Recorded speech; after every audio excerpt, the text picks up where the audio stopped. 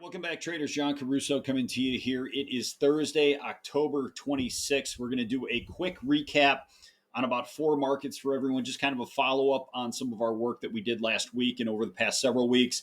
I've got a daily chart of the S&P 500 up here. As you can see, made a lower high.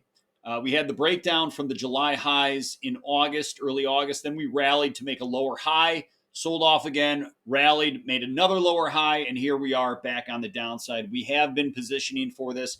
We have actually alerted many of you in these videos that we were expecting a correction. Period of risk was, between August through, roughly the first week of November, and here we are breaking down past the 10% mark. We're down about 11% from peak to trough right now in the S&P 500.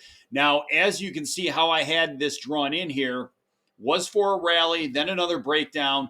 Now, I actually do believe we are likely going to see a low at some point in here. We did break through the 38.2% Fibonacci level, which was right around 4,200, which was your 10% correction mark.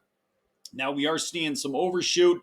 The next downside on the fib is the 50% retracement. That's measuring from actually the October 2022 lows all the way up to this peak up in here. That represent roughly about a 50% retracement, which would take us all the way down to just inside 4,100 on the S&P. Now, whether or not we achieve those levels, I don't know. We have significantly scaled back our short position. We still are holding shorts for clients, or recommending that they hold shorts for now.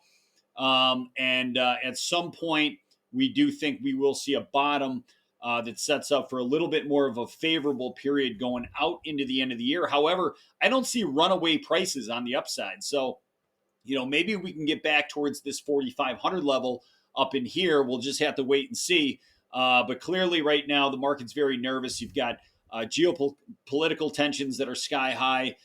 We did just come off of a very hot reading of Q3 GDP, but you got to remember that is a backwards looking number, which I think out over here over the summertime, we did see this massive melt up. I think the market was pricing in that Q3, that hot GDP number. Now I think what the market might be pulling forward is softer GDP over the next several quarters. So that's very interesting. You got to think about that. But that's our read on the S&P, still largely negative.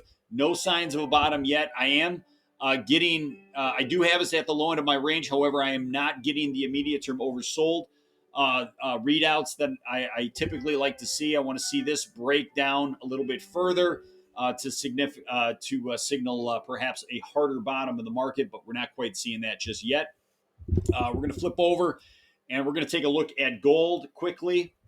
Gold looking very, very powerful right now. Let's pull this up.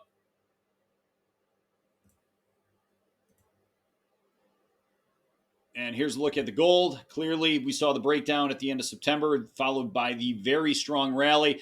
I am actually almost getting an immediate term oversold signal in gold right now, despite the price action that we're seeing. So gold, the top of my range, keeps expanding to 2036. Immediate term oversold.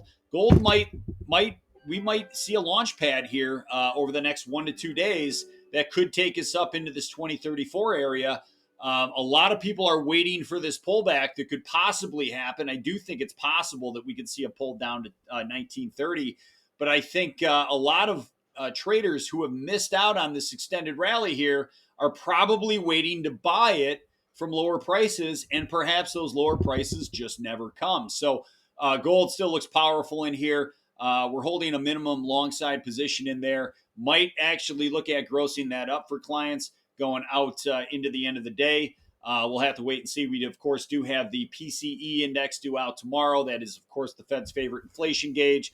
So if we do see some cooling or some moderating of the PCE number, perhaps yields come in. Yields are coming in right now off the morning highs, and perhaps that helps push gold a little bit further and beyond this peak over here, this swing high of 2020 and perhaps into 2034. We're just going to have to kind of wait and see.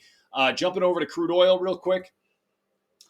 Actually, very encouraged by the price action in crude over the last 2 days, which um, obviously there's not a lot to love about the price action on the downside, but I'm encouraged that we've had these strong reversals, this refusal to really trade below the low end of our range right now, which is about 83.